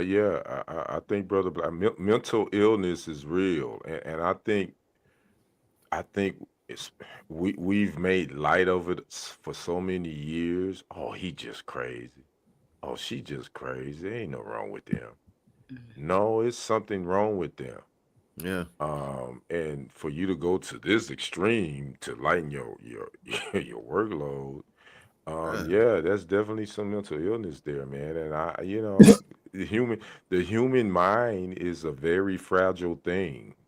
As much information that it consumes, but on a surface level, the human brain is very fragile. Mm-hmm. And at the end of the day. Yep. Well, again, brother, this one you're gonna think about this one for a long time because that Joe got life in prison. And he deserve it. And he deserves it. He does. I mean, as much shit as I talk, when I did like bedside care, especially when I'm taking care of like elderly people or people who are unable to speak for themselves or care for themselves, I was like very patient. Then people have thrown stuff at me. They have thrown shit at me. And I'm like, Miss Jones, I need you to stop. Now I done got a little irritated with people who know better. Don't get me wrong. But as far as like working in healthcare, I feel like only certain types of people should be able to work in that field. You have to be a person that has compassion and love caring for people in order to do that. Now, there are some times where never mind. But as for people, there's no way I could like harm somebody and take them out in my field. Like I truly have compassion for people who are sick and going through stuff. It's such a helpless situation to be in, to even be in a hospital and need to be cared for, and to actually hurt somebody like that. Now, could I teach? Hell no. I would be in an orange jumpsuit yesterday. Today, I couldn't do it because I think they know better. I mean, because I know what I had to go through with my son, and I had to, take a step back and what, so I could never do children like that. I have thrown backpacks in dumpsters just to make a point. Listen, tell your mama to go get it because I'm not playing with you no more. Don't again, I would just tell y'all just listen. Listen, we've had conversations about know your limitations. And I will say this for our resident nurse on here. I know she has turned the volume up on the TV and pulled that pillow peak out so that and go on her lunch break. They had a TV just blasting in them folks' room in the middle of the night. Now I am a blunt. Like as far as if I was caring for one of you guys and y'all was being stubborn and didn't listen, now I would be the one to be like, I know you know better. Like you know that you, in order to get better, you need to do what the nurse and the doctor asked you to do. Now I am that person, but I would never cause harm. Now, if you were in your right mind and want to harm me, I would tell you, don't let this niceness fool you. Put your hands on me, we're gonna have a problem, and then that usually de-escalates the situation. Right. But no, I'm blunt. Packing. I will give it to you straight, but I'm not gonna hurt you. I already know you packing. I know you rolling with something in that purse. I already know you got some weight. She's from Yes, Texas. I have a new best friend named Rose, and she is so pretty. I bet she Snub is. nose 38. Huh? Oh, my goodness. Snub nose 38. She's a Glock. She's so Oh yeah, she about that life. She about that business. Oh. All right, I didn't have this down for a segment, but thank y'all so much. All right, we're gonna move on. We're talking about no guns. So, all right, listen, y'all. I found it interesting because Devin says that I don't talk about my business. So I would bring up my business and see what y'all thought about this conversation. Putting up what you're not putting up with no more. Mm-hmm. So me and my wife had a conversation, and I don't even remember how the conversation started, but it was this: if we decided to part ways and not be married anymore, what I asked her, and she wanted to ask me, of course, we asked each other, what was it that we put up with each other that we will never put up with somebody else again? And so I'll tell you, it was a really good conversation. And so my wife said this about me. She said, I will never put up with somebody else making this a decision and it be final. So for me, like, if my mind's made up, then that's just where I'm at. I ain't gonna change it. And she said, you'll be the only person ever in life that I'll let do that. She says, because we're just there. Right. And I told her, well, again, if I had to get somebody else, you are the only woman ever in this world that I'm going to ever put up with as much drama I've ever put up with in my life. Okay. And I thought that was a good conversation. That's a great conversation. Oh, man, it was. Because, again, you can tell now that there is love because we are both putting up with things that, listen, ain't nobody else getting in this space ever again. And we just going to make it happen. You know, I took it anyway. So not to go into the therapy part of it, but yes. So I thought that was interesting for you all what is it about the person that you were with the most that you say, all right, I did put up with that, but I ain't putting up with that with nobody else. What the person that I'm with now? Yes, Luca. Come back to me. Yeah, sure, yeah. Brothers, what you know, I know Lee, it's been a while, so you'll put them all out. And so again, it's been a while for both of us. I can actually answer this question because it's what prevented me, I think, from maybe finding that person, because there's two answers that come to mind. One, I would never put up again with not being first to someone. I'm all for someone being close to their family, and I don't want to come in the middle of that. But I've hit this place in my life where I can't be second to your family. If your family is that important to you to where it matters what they think and your decisions are based on that. And when I was younger, I put up with some of that out of respect for that. I would never do that again. I'm at a stage, this show is organic. We talked about dating younger, and my brother Kenny has an age, and I do too. If I was with somebody seriously at this stage, they would be of the age that you have to be independently separated from your family, because if it's not going to be about us, I would never do that again. Then the second part, I married before for love. Oh, this is a tough one.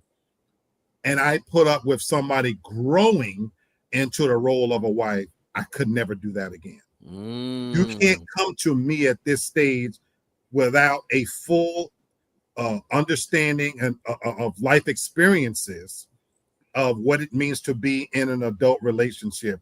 I'm past that growth stage of waiting on you to figure it out. So maybe that's what's kept me single too, because I have encountered people that they're still figuring this shit out and ain't quite got their career online, this, that, and the other. And I don't have the patience for that at this stage. I need something ready-made. Yeah. It was a really good conversation, and I see now it's even making sense for me even hearing you say that, man. Like that's a good conversation to have, man. Sister Kenny, I now I can think of it because Okay. I am a very peaceful, non-confrontational person. Say what?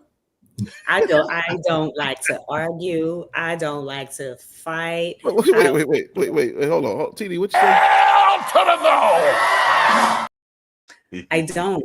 I don't like to raise my voice. Now we can have conversations that are like honest and truthful. Like I feel like we have conversations and we don't disagree, but I don't feel that we fight on this panel. You know what I'm saying? Oh no, yeah, like, for sure.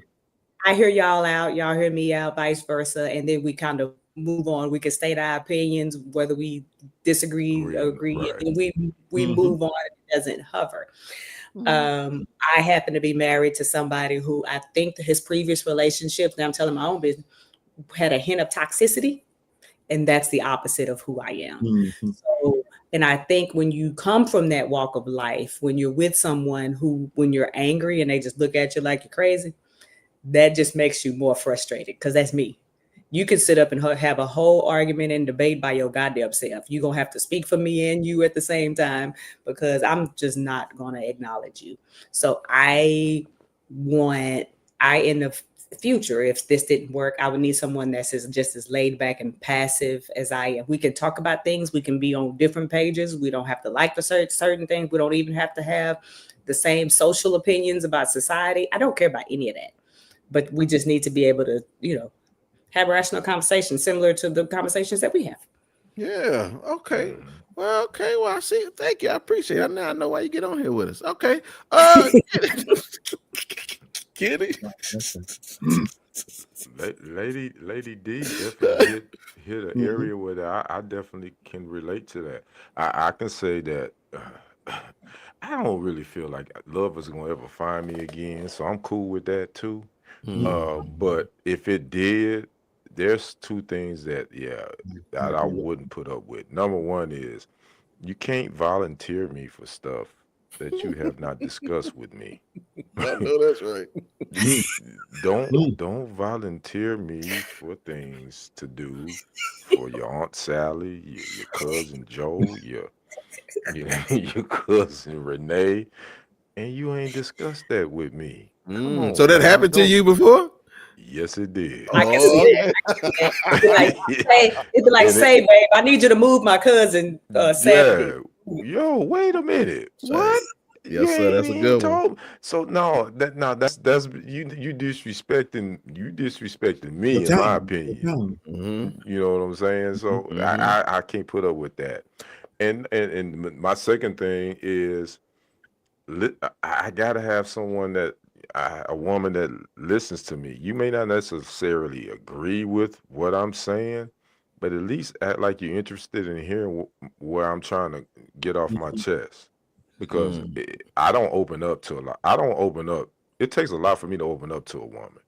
Yes. And the three women that I open up to, they are no longer here earthly. So if whomever you are, if I'm opening up to you, I done allowed you in a space where I feel comfortable. So I just need, if you can't do that, then I'm good.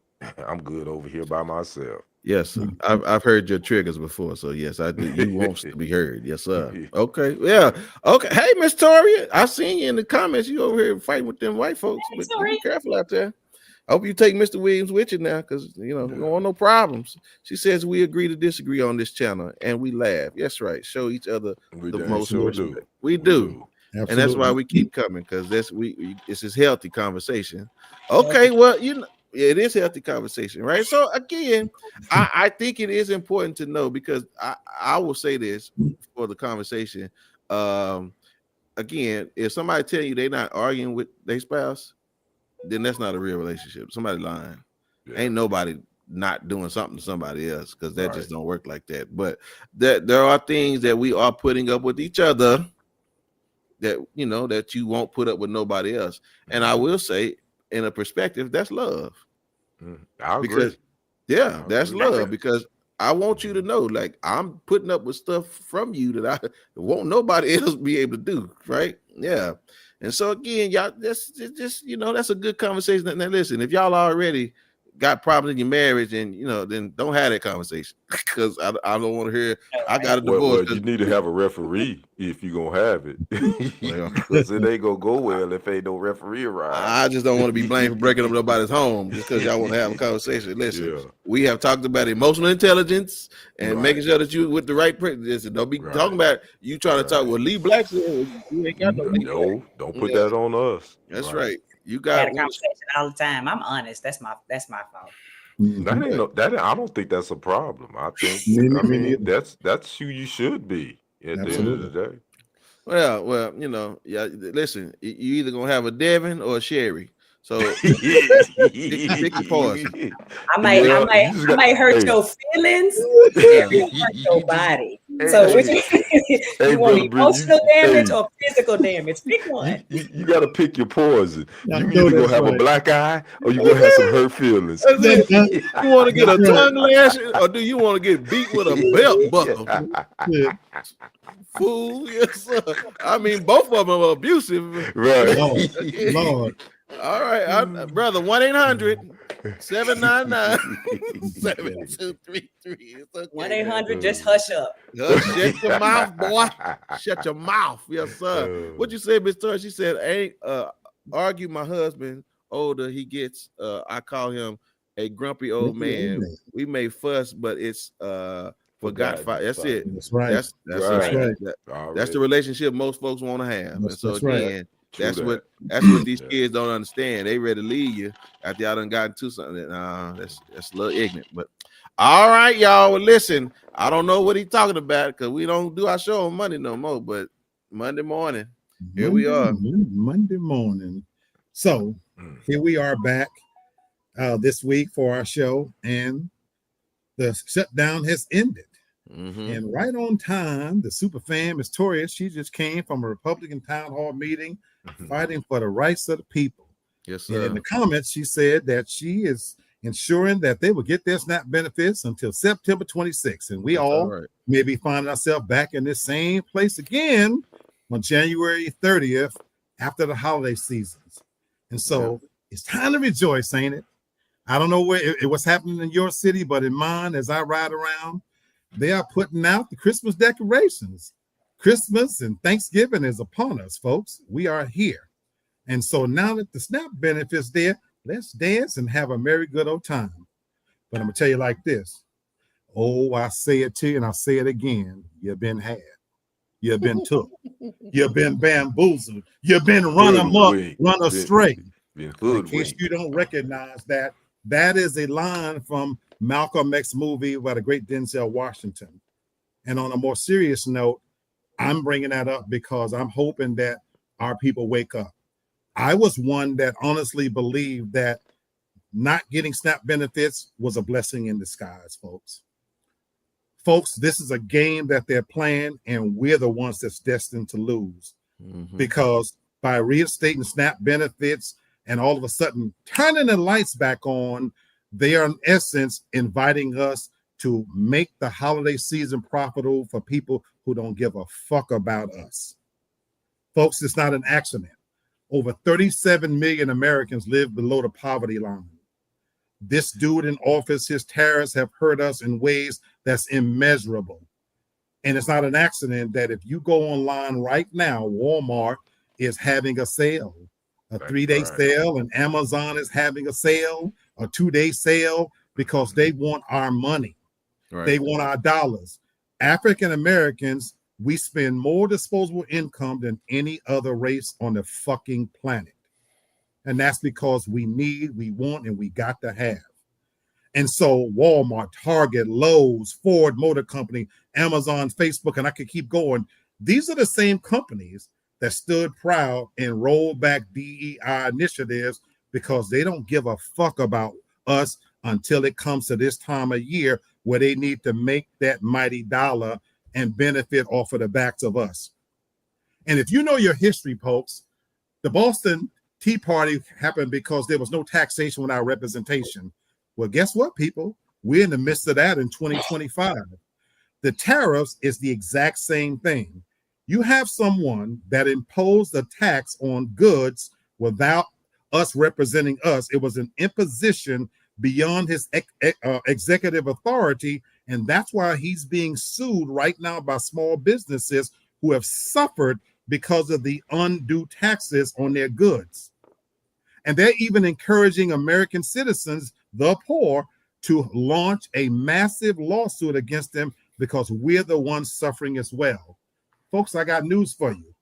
Before you go out buying that new TV that you don't fucking need, before you go out making these designers rich who won't give a shit about you, because he held a party just on Halloween that for people that you couldn't pay to get in there to even clean their plates. It was for the ultra rich, and they don't give a damn about you unless you're buying their clothes. But I got news for you people. Before you spend that money on places that don't give a damn about you, I want you to realize something. We right now in 2025, the tariffs have already accounted for us spending $1,300 more onto our taxes, onto our life. And it's predicted that we're going to spend another $1,600 in 2026. So things like coffee, meat, seafood, restaurant meals, foreign-made cars, airfare, furniture, appliances, any type of clothing and goods manufactured outside this country, which includes iPhones and TVs, and guess what? Even toothpaste and toilet paper. Because some of us don't read the fine print. That shit is not made here. It's made in other countries. And so I'm imploring people that look like me to be careful. I'm not telling anybody don't go out and have a good time this holiday season, but be responsible more than before. This should have been a wake-up call. You want to have a celebration? Make it small. Be intentional with your dollars and spend where it counts, because to go out and haphazardly celebrate as if nothing has happened. The beginning of this show said we kicking the can down the street. And so I wanted to let you folks know that as we celebrate and turn the holiday trees, and we're going to pay 18% more for that Christmas tree this year than we did last year. I'm not. And after we celebrate, it's not an accident, people, that we're going to revisit this again on September 30th, which happens to fall on a Friday, because after we've turned the Christmas lights off, throwing away the turkey and the cakes, Monday morning is coming. And for those of us that work, we all know that no matter how great a time you have on the weekends, you can suck, fuck, dance, laugh, trick it off, do whatever you want. Monday morning, they expect your ass to be at work. And this president we got here, he said it in plain terms. He don't give a damn about your pain. He don't give a damn that you miss paychecks. He said that now that the lights is turned on, get your ass back to work. And so I'm telling you and I'm warning you, be intentional with your dollars, be smart, because realize Monday morning it's going to come just like the sunrise. Yeah, Lee Black, I will tell you this right now. I've been pulling that same tree down for 3 years and I'm not stopping. It's going right back up there in that attic. Nope. And she keep trying to bring 3 and 4 more in here. Nope. We're getting that same one. Rats and all. I'll beat the rats out of there on the street and bring it on in the house. Miss Tori said that he signed a bill. And Miss Tori, this is what's so funny about that. Y'all understand that this means that the tariffs didn't work, because the people that's paying for the tariffs is us. That's right. Again, that's right. Y'all don't forget that. He's lowering the tariffs because it's affecting the people that's paying for the tariffs. All right, y'all, listen. I know Lee said what people want. A person is smart, people are stupid. Let's not be stupid, y'all. Please, come on, y'all. I just don't want y'all to miss this, man. Okay, anyway. All right, so man, I want to say this about us. Great show, fantastic show, always, man. We have high quality conversations here. I mean, my goodness, we be having some high quality conversations, and so I admire us, because a lot of people can't do this, man. We be having some high quality conversations, and we be laughing too. That'd be so good. Yeah, we some comedians. Oh man, we all on accident, because I'm telling y'all, funny bone, there's 2 things I've learned tonight. I'm never gonna let my sons date a woman named Sherry, And I have now found a new way how to not get out of my bed and piss. I'm gonna try tonight. That's right. It's cold, folks. It's getting cold out here. Listen, oh my God, Miss Sherry, if you handing out Christmas cards with you and your husband on it, please send me one because I need to let my son know what I'm afraid of.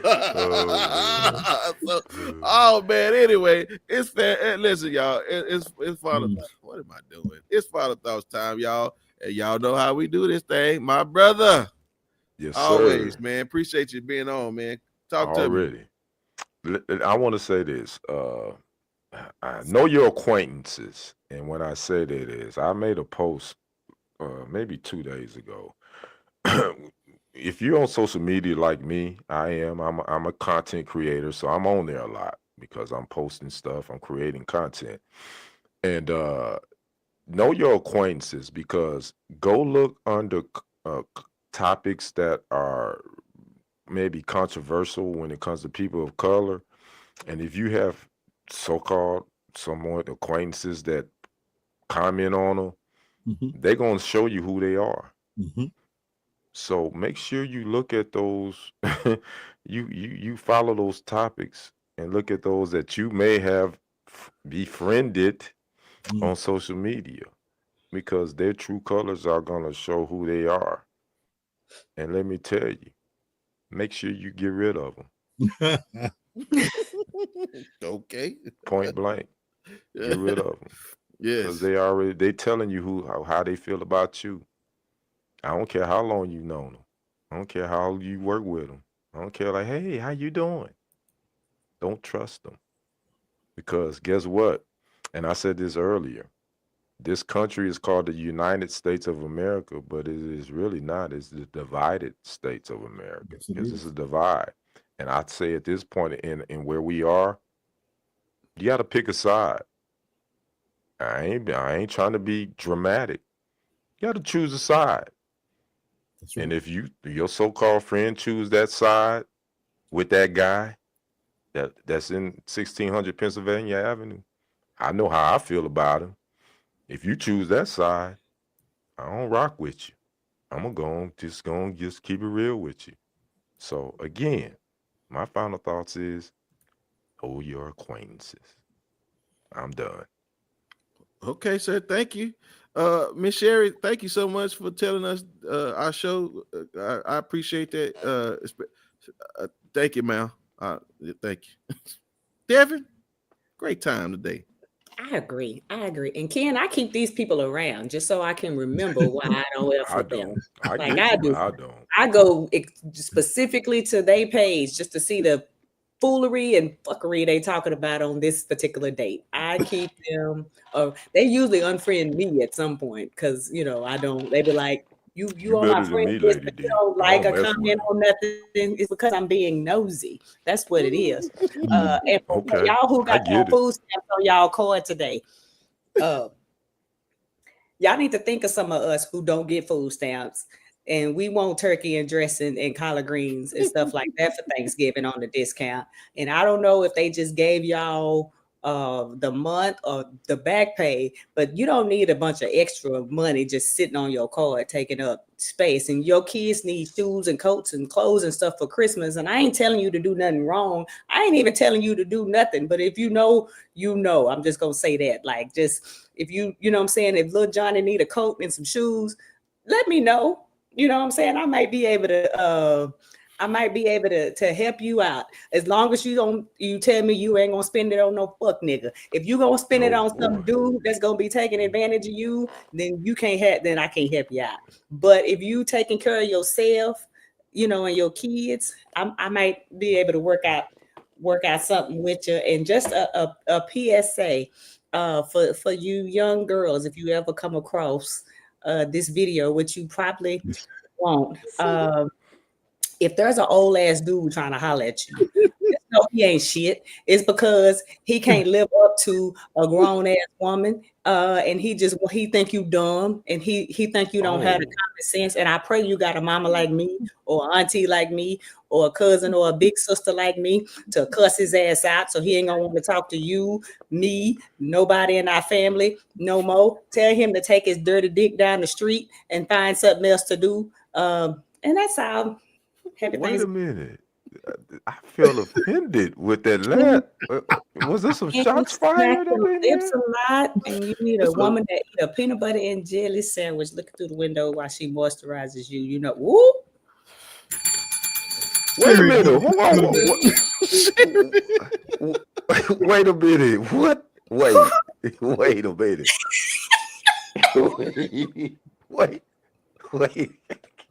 Wait. Hold up. Wait a minute. Oh, wait a minute. You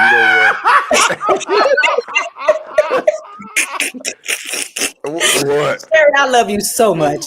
You know, I do. I love you. Oh God. Wait a minute. Okay, that was good. Between me, Sherry, and Black, we could write the best book ever. Like, Oh my God. Nobody will be old enough to buy it. I'm trying to. My I God. think Lady D was. what I say about you, Ken? Them last comments was firing shots at us older guys, and then Sherry talking about me smacking my lips. My Now, goodness. the hell is Sherry talking If about? you chasing 19, 20, 21-year-olds, then yeah, I'm talking to you. But if I ain't chasing them. grown women over all 30, right. then we Okay, I'm not chasing them. Okay, No, I'm all talking right. My brother, I'm gonna represent for the older guys. Oh my Since- God. I'm talking about the girls who ain't even learned how to wash their coochie good yet. I'm talking about those, the ones where they, Okay. the My bad, Lady D. Okay. ones who can't cook yet, who can't even. I'm who not can't chasing make no you 19, 20-year-olds. who can't fry no chicken yet. I'm talking about those. Okay. Okay. Thank you, Okay. Pimp C. Okay. Thank you, Lady D. Thank I'm you, glad sir. you clarified that. All for right. me. Thank you. You know, I see now we got to call you out on your pimp moves now, trying to pimp folks out their food stamps. Now you just stick to your situation and leave these folks alone. I'm just trying to help out the community. She said, if I don't apply, so I agree You with right. Lady D on- That's you. Oh, You right. God. I should have let it fly. It didn't apply. My That's bad. great. Come on, thank you, Curl. Wisdom from the women. All right, brother. Come on, sir. Goodness. Listen. I'm going into let me freeze put on mode my now. Let me put on my I'm not gonna seatbelt. say anything crazy. I'm put on my seatbelt. Go ahead, brother Black. Okay. All I want to say for us older guys, look, there's a method to the madness. And Lady D, I love that she gives that level of wisdom. Thank God most of you no good bitches ain't gonna listen to her. And for the ones that sell food stamps, I'm with her. Look, them little ugly sons of bitches need certain things. So holla at your boy, so that I can buy a few of them if the price is right. And I personally don't care if you can fry chicken. Now, I do care that you wash that mustard stump, because that's a whole another situation. You can't be funking at my house. I'm gonna say that. But now I want to end on a more positive note. They're crazy. I want to give a shout out. We talked about the coming different world, the Michael Jackson biopic. I want to mention that.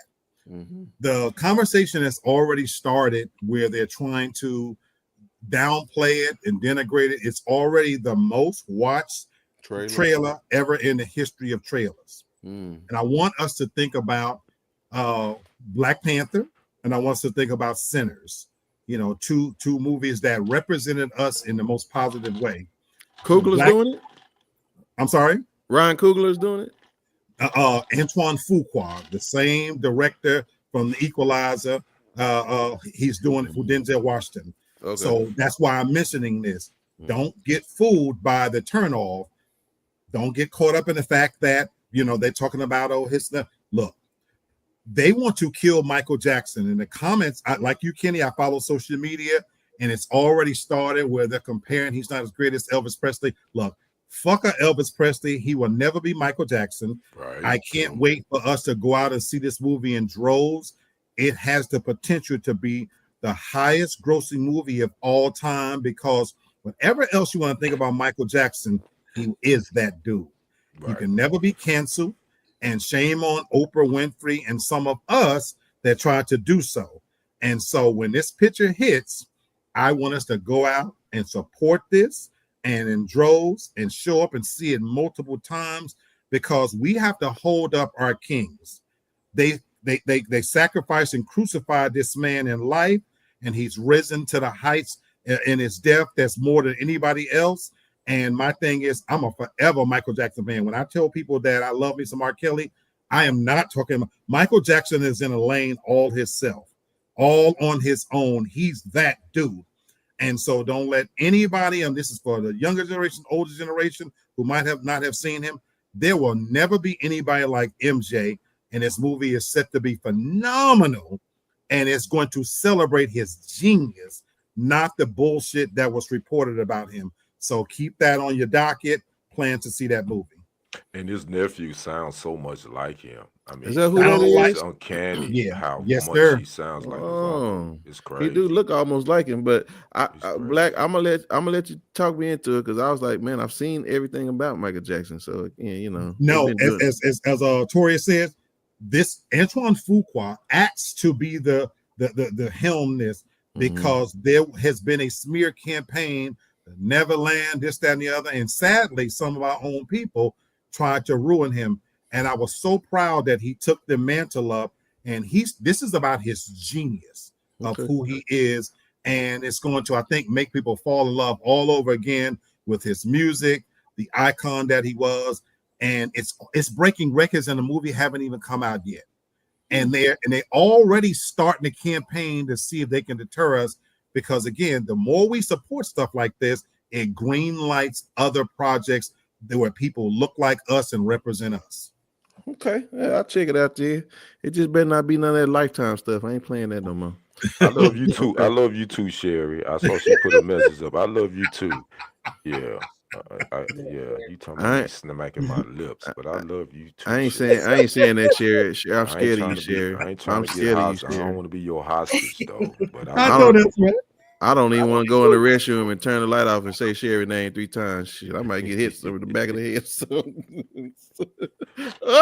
All right, y'all. Here it is. Man, fantastic. I can't wait to watch the show again. It's good. So listen, what is the best way a person should deal with the highs and the lows of life? What do y'all think is the best medicine or the best answer for a person needing to navigate the high? Shoot, all right, the pimp said, drink that liquor. Give me a damn drink. Shoot. Okay. With a big booty woman naked on payday.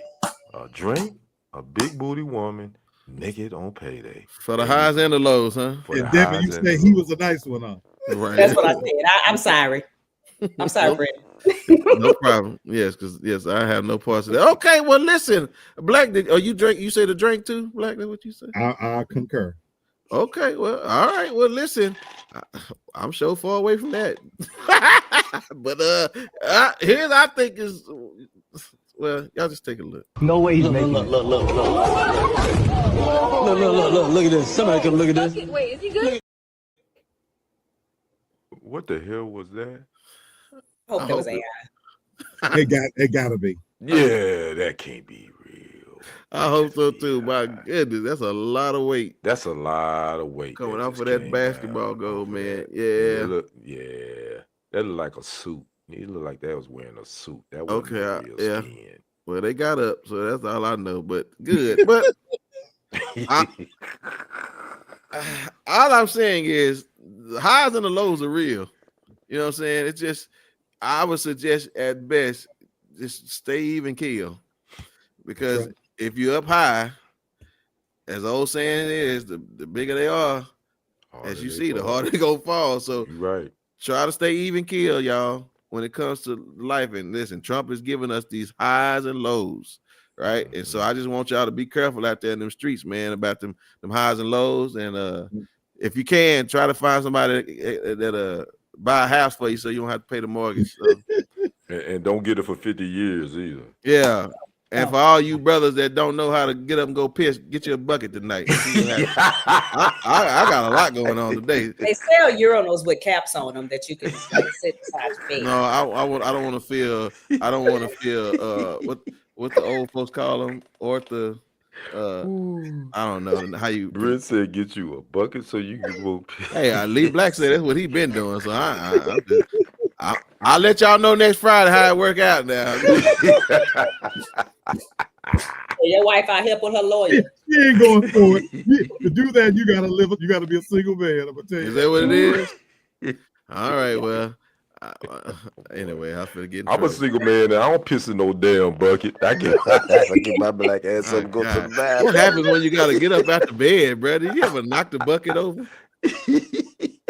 I mean, come at piss. That's a pissy situation. I'll tell you. Now I can't believe that because you like to keep your house smelling a certain type of way. There's a method. No, you spray 4-1 in the bucket and pour a little pine sol. You would never smell it. You know what, Black? I'm done with you. At night, you pull yourself out, you piss, you wipe yourself off, and you go and get on back in the bed. I'm done with you, Black. I'm done with you for the night. Yo, that's pimp. That's Black. And that's the nicest guy on the show, apparently. And we'll see y'all. Yeah, right. We'll see y'all Friday.